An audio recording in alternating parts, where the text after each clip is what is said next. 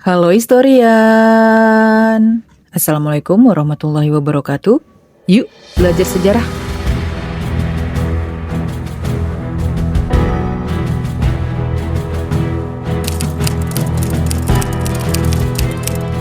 Negara Pakistan lahir dengan harapan menjadi rumah bagi demokrasi dan nilai-nilai Islam ini justru berulang kali dikendalikan oleh para jenderal. Sejak tahun 1947, kudeta, darurat militer, dan kepemimpinan tangan besi menjadi pola yang terus berulang. Lalu, mengapa militer begitu dominan dalam politik Pakistan? Dan bagaimana peran para diktator ini membentuk nasib negaranya? Mau tahu lebih lanjut? Yuk tonton video ini sampai selesai. Pada tahun 1947, Pakistan yang baru merdeka lahir dalam kondisi yang tidak biasa. Negara ini terdiri dari dua wilayah yang terpisah ribuan kilometer. Pakistan Barat di barat laut anak benua India, dan Pakistan Timur di wilayah delta Sungai Gangga Brahmaputra yang jauh lebih kecil, tetapi berpenduduk jauh lebih padat. Pemerintahan Pakistan saat itu masih menggunakan kerangka Undang-Undang Pemerintah India 1935 yang dimodifikasi, warisan dari Inggris. Sistem ini menganut model parlementer dengan pemerintahan pusat yang kuat, namun tetap memberi ruang bagi provinsi-provinsi, sehingga Pakistan sejak awal berbentuk negara federal. Kemerdekaan Pakistan sendiri merupakan hasil perjuangan panjang yang dipimpin oleh Muhammad Ali Jinnah, tokoh utama Liga Muslim. Jinnah membayangkan Pakistan sebagai rumah bagi umat Islam di bekas wilayah India Britania, baik di barat maupun di timur.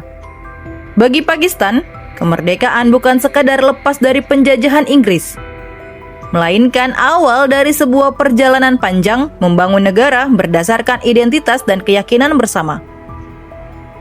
Beberapa tahun kemudian, tepatnya pada tahun 1956, Pakistan mengadopsi konstitusi pertamanya dan secara resmi menyatakan diri sebagai Republik Islam Pakistan, sebuah negara yang berusaha memadukan sistem pemerintahan modern dengan nilai-nilai Islam. Sejak merdeka, Pakistan berkali-kali dipimpin oleh tokoh militer yang berkuasa dengan cara kudeta. Para pemimpin ini sering disebut sebagai diktator militer karena kekuasaannya sangat kuat dan pemerintahan sipil menjadi lemah. Kisah ini dimulai pada tahun 1958 ketika Jenderal Ayub Khan melakukan kudeta militer pertama. Pemerintahan sipil dibubarkan, konstitusi dicabut, dan Pakistan masuk era kekuasaan tangan besi. Ayub Khan memerintah lama, membangun ekonomi dan infrastruktur, tapi dengan harga yang mahal. Kebebasan politik dibatasi dan oposisi dibungkam. Sejak saat itu, satu pola terbentuk. Saat politik kacau, militer selalu turun tangan. Setelah Ayub Khan jatuh pada tahun 1969, kekuasaan berpindah ke Jenderal Yahya Khan. Dia berjanji mengembalikan demokrasi dan menggelar pemilu pada 1970. Tapi hasil pemilu justru memicu konflik besar yang berujung pada pecahnya Pakistan dan lahirnya Bangladesh pada 1971.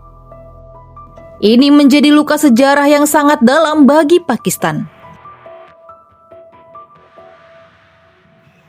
Beberapa tahun kemudian, muncul lagi tokoh militer yang sangat berpengaruh, yaitu Jenderal Zia-ul Haq. Pada tahun 1977, Zia menggulingkan Perdana Menteri Zulfikar Ali Bhutto lewat kudeta. Bhutto kemudian dihukum mati, dan Pakistan kembali berada di bawah darurat militer. Berbeda dengan pendahulunya, Zia-ul Haq membawa islamisasi negara ke tingkat yang lebih dalam. Hukum Islam diperkuat, peran agama dalam politik diperbesar, dan kebebasan sipil semakin dibatasi. Zia memerintah hampir 11 tahun, hingga wafat dalam kecelakaan pesawat pada tahun 1988. Sebuah peristiwa yang hingga kini masih menyisakan tanda tanya.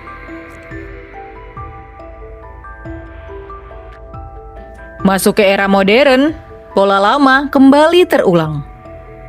Pada tahun 1999, Jenderal Pervez Musharraf menggulingkan Perdana Menteri Nawaz Sharif dalam kudeta tanpa darah.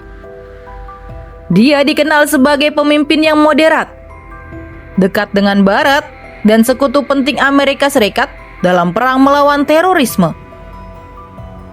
Namun di dalam negeri, Musharraf tetap membatasi demokrasi, menekan oposisi, dan menguatkan peran militer dalam hampir semua aspek negara. Menjelang akhir kekuasaannya, situasi politik Pakistan semakin memanas. Pada tahun 2007, Pervez Musharraf mengambil langkah kontroversial dengan memecat Ketua Mahkamah Agung Iftikhar Muhammad Chaudhry. Keputusan ini justru menjadi pemicu ledakan protes besar-besaran. Para pengacara turun ke jalan, diikuti mahasiswa dan masyarakat sipil. Inilah awal dari gerakan pro-demokrasi yang menuntut berakhirnya kekuasaan militer. Untuk mempertahankan posisinya, Musharraf pun memberlakukan keadaan darurat. Pada akhir pemerintahan Musharraf ditandai oleh tragedi besar.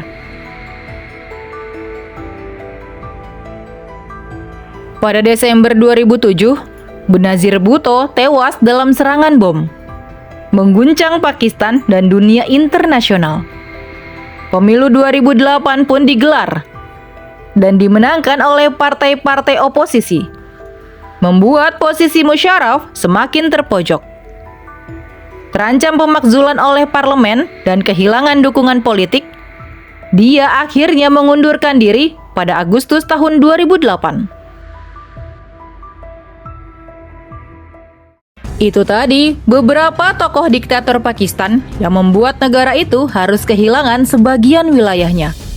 Dari Ayub Khan, Zia-ul Haq, hingga Pervez Musharraf, sejarah pemerintahan Pakistan menunjukkan satu hal penting. Militer bukan sekadar penjaga negara, tapi juga penentu arah politik. Dan selama siklus ini terus berulang, demokrasi Pakistan akan selalu berjalan di bawah bayang-bayang seragam hijau. Semoga video tadi bermanfaat dan menambah pengetahuan kita tentang sejarah, karena sejarah adalah guru kehidupan. Sampai jumpa di video selanjutnya.